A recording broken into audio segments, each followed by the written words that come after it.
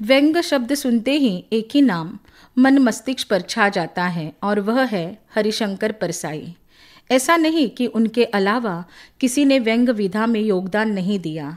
एक लंबी सूची प्राप्त होती है। आधुनिक युग में कुछ खास नाम इस प्रकार हैं: भारतेंदु, अविनाश वाचस्पति, अशोक चक्रधर, के.पी. सक्सेना, नरेंद्र कोहली, श्रीलाल शुक्ल, शरद जोशी आदि। परंतु इन सब में सबसे अधिक लोकप्रियता हिंदी व्यंग्यकारों में हरिशंकर परसाई को ही मिली, क्योंकि उनके व्यंग्यों में जिंदगी का फलसफा छिपा है। कोई भी साहित्यकार उनकी रचनाओं को आत्मसात किए बिना अच्छा व्यंग्यकार नहीं बन सकता। उनके बाद कितने ही रचनाकार व्यंग्य विधा में आए, पर उन ऊंचाइयों को छू नहीं पाए।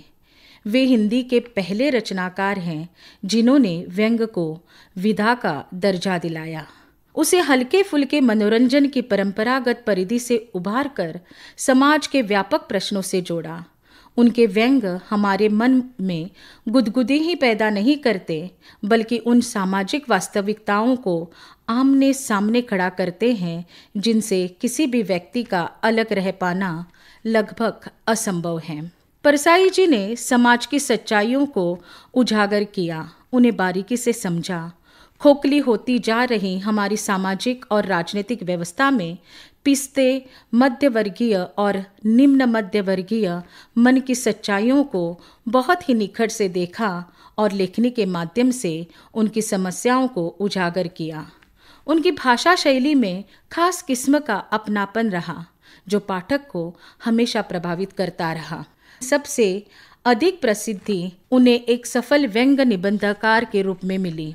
भूत के पांव पीछे, बेईमानी की परत, वैष्णव की फिसलन, पगडंडियों का जमाना, शिकायत मुझे भी है, सदाचार का तावीज़, अपनी अपनी बीमारी, प्रेमचंद के फटे जूते, माटी कहे कुम्हार से, विकलांग श्रद्धा का दौर आदि उनके उल्लेखनीय निबंध संग्रह है। देखा जाए तो व्यंग्यकार होने की परसाई की विशेषता में कहीं ना कहीं उनके सबसे पहले एक नितांत मानववादी होने की विशेषता मिली हुई है। एक व्यंग्यकार के रूप में उन्होंने इस विधा को एक साहित्यिक मान्यता दिलवाई, क्योंकि बात को जिस बेबाकी और खरेपन से परसाई अपने निबंधों में रखते हैं, वह शैली न केवल हिंदी साहित्य के लिए बल्कि हिंदी व्यंग्य के लिए भी एक नई और अनोखी बात थी। उनके व्यंग्य के केंद्र में मनुष्य के हित का प्रयोजन रहा। उनके व्यंग्य बाण ऐसे गंभीर घाव करते हैं कि पढ़ने वाला हक्का बक्का रह जाए। मसलन कुछ वानगी देखिए, बेइज्जती में अगर दूसरे को भी शामिल कर लो तो आधी इज्जत बच जाती है। अच्छी आत्मा फोल्डिंग कुर्सी की तरह होनी चाहिए। ज़रूरत पड़ी तब फैला कर बैठ गए, नहीं तो मोड़कर कोने से टिका लिया। हरिशंकर परसाई व्यंग्य के विषय में खुद कहा करते थे कि व्यंग्य जीवन से साक्षात्कार कराता है, जीवन की आलोचना करता है, विसंगतियों, अत्याचारों, मिथ्याचारों और पाखंडों का पर्दाफाश करता है। उनकी रचनाएं उनके इस कथ्य का प्रमाण हैं। उनके संपूर्ण व्यंग्य निबंध साहित्य को 3 श्रेणियों में विभाजित किया जाता है। 1. सामाजिक विसंगतियों पर व्यंग्य निबंध, 2. राजनीतिक विसंगतियों पर व्यंग्य निबंध एवं 3. सांस्कृतिक विसंगतियों पर व्यंग्य निबंध। परसाई जी ने अपने समकालीन समाज को न केवल करीब से देखा था, बल्कि उसका गहन सर्वेक्षण भी किया था। उन्होंने समाज में व्याप्त विकृतियों, कुरीतियों, विद्रूपताओं को अपने व्यंग्य का लक्ष्य बनाया। पश्चिमी सभ्यता का अंधानुकरण, आडंबर, दिखावा, असंतोष, त्रासदी जैसी अनेकाविध विकृतियां समाज में व्याप्त थीं। आर्थिक दबाव एवं अभावों के बीच जीने वाले मध्य वर्ग और निम्न वर्ग के असंतोष, टूटन, कुंठा, घुटन, हताशा, संघर्ष आदि को परसाई जी ने अपने व्यंग्य रचनाओं के माध्यम से वाणी दी। समाज में व्याप्त दंभ, पाखंड, दोगलापन, कथनी करनी में अंतर, स्वार्थपरता, रूढ़ परंपराओं व विकृत रीति रिवाज आदि को अपने व्यंग्य निबंधों का विषय बनाकर उन्होंने समकालीन समाज का वास्तविक एवं जीवंत दस्तावेज प्रस्तुत किया है। राम का दुख और मेरा निबंध में परसाई जी मध्य वर्ग की स्थिति से परिचय कराते हैं। राम को पुराणों की दुनिया से उठाकर टपकने वाली छत के नीचे रहने वाले किराएदार की दुनिया में लाकर खड़ा कर लेते हैं और लिखते हैं, राम की बात राम जाने, बादलों की गर्जना से डरता मैं भी हूँ, पर इस डर का कारण जानता हूँ। मेरे डर का कारण कोई हरण की गई प्रिय नहीं है, वो मकान है जिसकी छाया तले बैठा हूँ। राम इस भय को नहीं जानते। इसी तरह परसाई जी कई व्यंग्यों में पौराणिक पात्रों की तुलना निम्न मध्य वर्गीय, असहाय या वंचित पात्रों से कर एक नया संदर्भ प्रस्तुत करते हैं। कंधे श्रवण कुमार के निबंध में वे पीढ़ियों के बीच फासले को दर्शाते हुए अंधे युग पर करारी चोट करते हुए कहते हैं, कितनी कावड़े हैं राजनीति में, साहित्य में, कला में, धर्म में, शिक्षा में, अंधे बैठे हैं और आंख वाले उन्हें ढो रहे हैं। पगडंडियों का जमाना इस व्यंग निबंध संग्रह को मील का पत्थर माना जाता है। इस निबंध में वे लिखते हैं, एक स्त्री नौकरी के सिलसिले में एक बड़े आदमी के पास सचरित्रता का प्रमाण पत्र लेने गई। बड़े आदमी ने उसे पहले अपने शयन कक्ष में ले जाना चाहा और बाद में सचरित्रता का प्रमाण देना चाहा।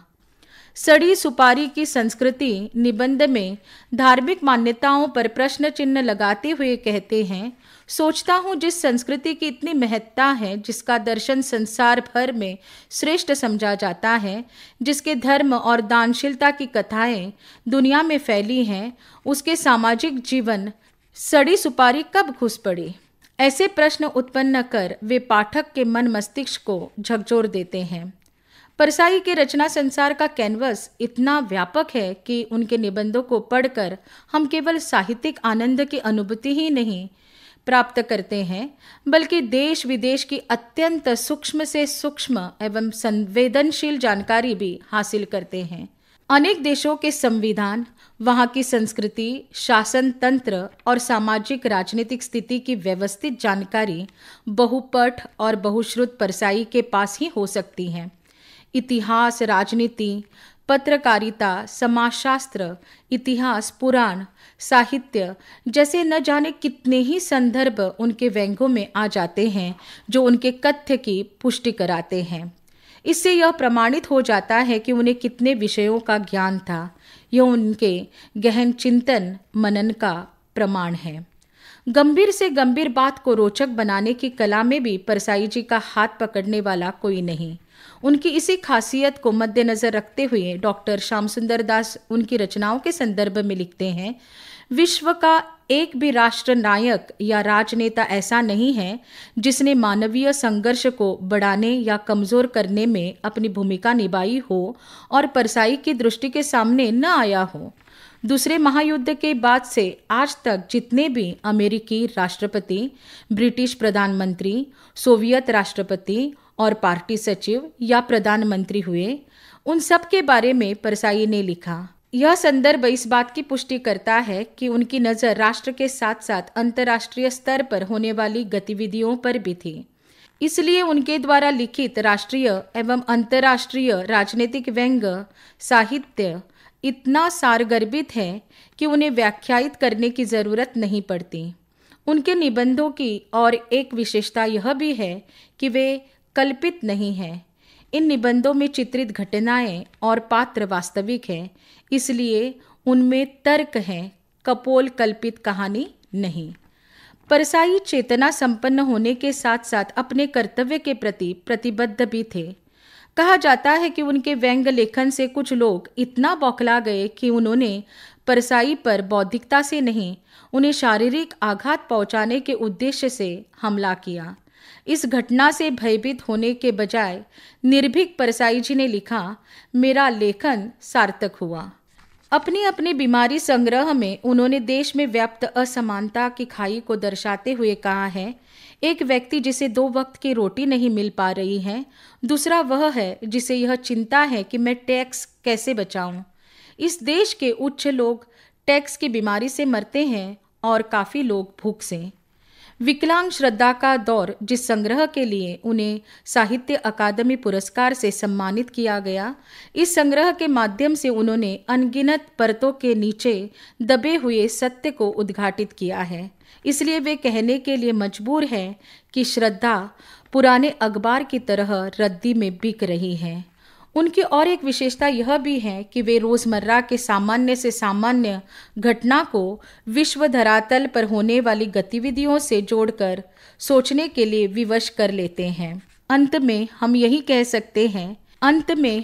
कह सकते हैं व्यंग्य लेखकों में जो स्थान अमेरिकी लेखकों में मार्क ट्वेन का है, ब्रिटिश लेखकों में बर्नार्ड शॉ का है, रूसी लेखकों में एंटन चेखव, वही स्थान भारतीय व्यंग्य लेखकों में हरिशंकर परसाई जी का है। इस महान विभूति ने 10 अगस्त 1995 में हमेशा के लिए अलविदा कहा।